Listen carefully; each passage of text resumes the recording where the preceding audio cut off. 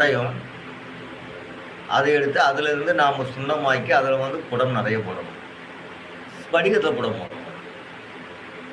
இந்த ஸ்படிகத்திலையும் இந்த மாதிரி மூலிகைகளால் வந்துட்டு குடம் போட்டுக்கிட்டே இருக்கணும். வராக குடம் சொல்லக்கூடிய இந்த அபூர்வ மூலிகைக்கு அத்தனையும் வந்து வராக குடம் தான் போடும். இந்த வராக குடம் போட்டால் தான் இந்த மூலிகை வந்து குளிகை மூலிகை, கவன மூலிகை உடைய மணியாகட்டும், இது வந்து அதீத சக்தி உண்டு. அது அதிகமாக செயல்பட ஆரம்பிச்சு.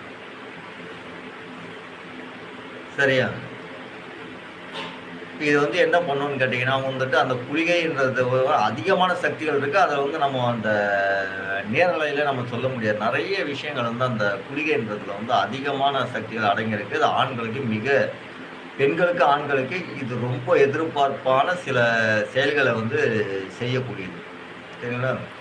இது வந்து நம்ம விரிவாக நம்ம சொல்லணும்னா இது வந்து இதுக்குன்னே தயாரிப்படக்கூடிய வந்து அபூர்வ சக்தி உள்ள ஒரு மணி.